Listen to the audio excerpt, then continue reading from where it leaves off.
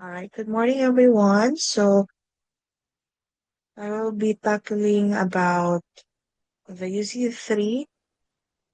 Bilisan ko lang since I already given you this module way before. So, ang title ng UC3 is Apply Cultural Management Strategies.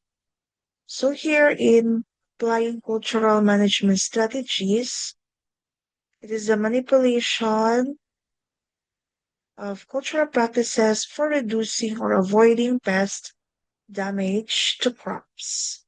So yan yung ibig sabihin ng cultural control.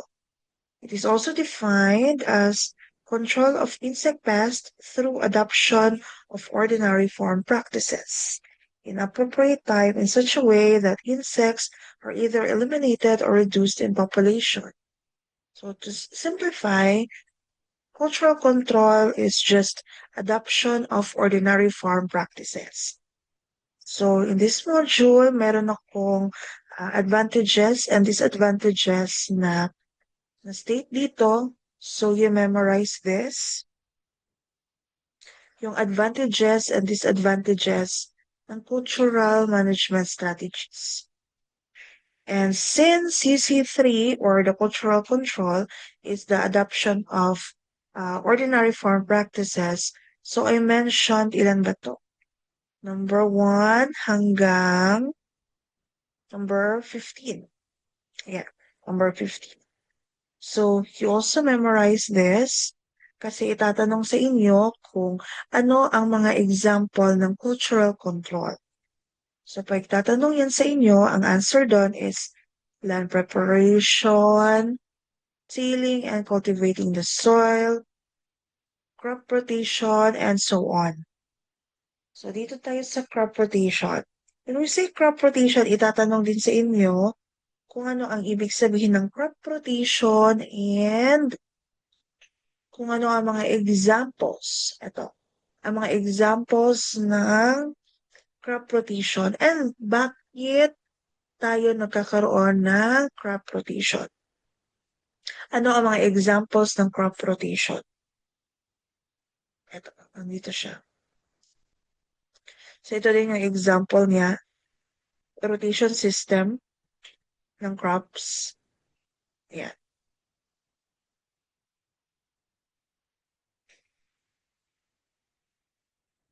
Pruning and thinning. So, what's the difference between pruning and thinning? Magkaiba yan. When we say pruning, magtanggal lang tayo ng sanga, magtanggal ng mga extra na dahon. When we say thinning, iba naman ang thinning. Kung sinabi natin thinning is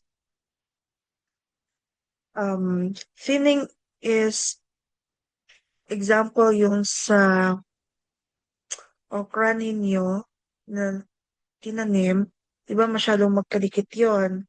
So, ang gagawin doon is tatanggalan mo siya, yung okra seedling, tatanggalin mo yung um,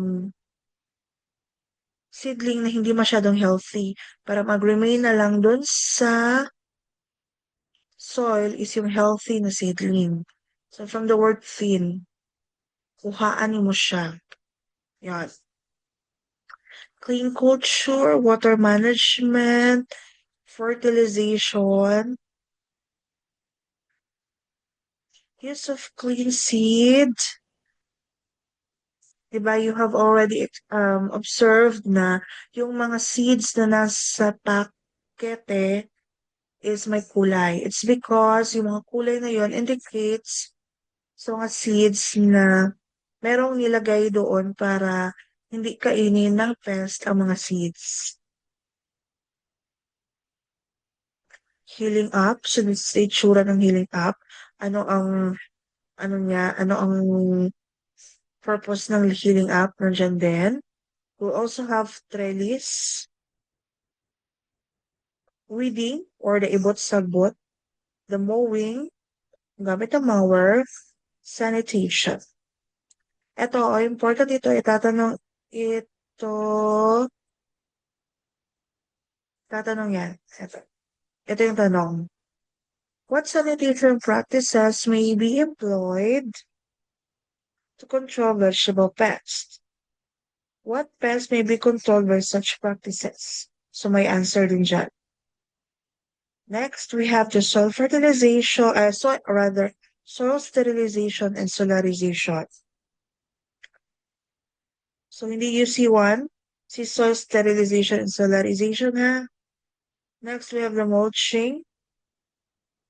So dito sa first na picture, this is the inorganic mulching. When we say inorganic, gamit ka ng plastic mulch para itabon sa or i-mulch sa lupa. Inorganic because hindi siya nade-dissolve, hindi siya hindi siya biodegradable. While in this picture, this is the organic mulching wherein may nilalagay ka ng mga organic materials na biodegradable sa lupa. Alright, so that's it for the cultural. Ano nga ulit ang title ng UC3 natin? Apply Cultural Management Strategies or the UC3 na Pest Management Vegetables and C2. Alright, so I think that's all.